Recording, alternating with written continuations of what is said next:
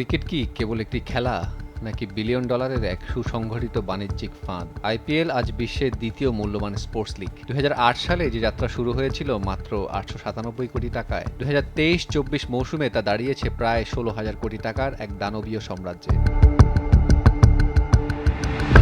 2007-08 অর্থ বছরে 897 কোটি টাকা আয়, 2017-18 অর্থ বছরে 5,340 কোটি টাকা আয়, 2022-23 অর্থ বছরে 15,981 কোটি টাকা আয়। 2023-27 অর্থ বছরের সম্প্রসার সত্ত্ব বিক্রি করে আয় হয়েছে 68,714 কোটি টাকা, গড়ে বছরে 13,743 কোটি টাকা। এই পাহাড়সম অর্থের মালিক বিসিসিআই এবং ভারতের কর্পোরেট মোঘলরা।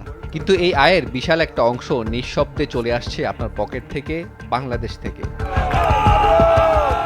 মুস্তাফিজুর রহমান, যাকে বাদ দেওয়া ক্রিকেটের বিচারে অসম্ভব কিন্তু রাজনৈতিক বিচারে সম্ভবত সহজ।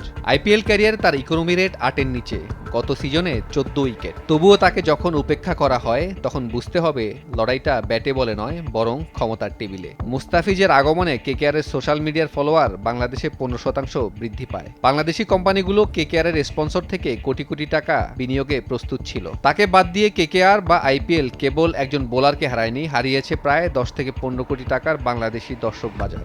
এটি ভারতের দীর্ঘমেয়াদী অর্থনৈতিক লস। আপনি কি জানেন ডিজিটাল ভিউয়ারশিপের প্রায় 12 থেকে 15% আসে বাংলাদেশ থেকে?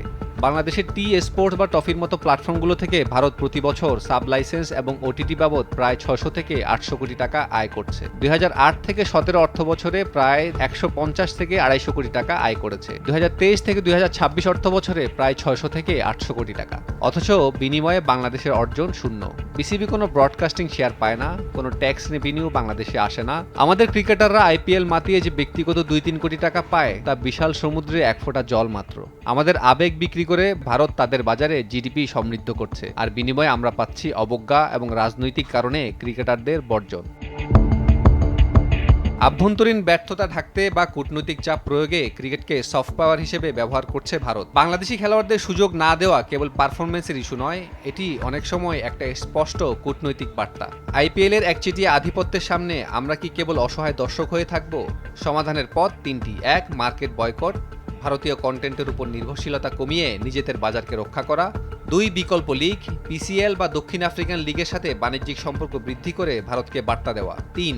জাতীয়তাবাদ, বিপিএলকে গ্লোবাল স্ট্যান্ডার্ডে নিয়ে যাওয়া, যাতে আমাদের টাকা আমাদের দেশেই থাকে। ভারত আমাদের আবেগ চিনেছে কিন্তু আমাদের আত্মসম্মান এখনো চিনতে পারেনি। ক্রিকেট যখন রাজনৈতিক হাতিয়ার, তখন চুপ থাকাটাও এক ধরনের পরাজয়। সিদ্ধান্ত আপনার। আপনি কি ভারতের এই 16,000 কোটি টাকা সাম্রাজ্যে স্রেফ একজন দাতা হয়ে থাকবেন, নাকি নিজের শর্তে নিজের সম্মান বুঝে নেবেন? মাহমুদুল হাসান, দেশ টিভি।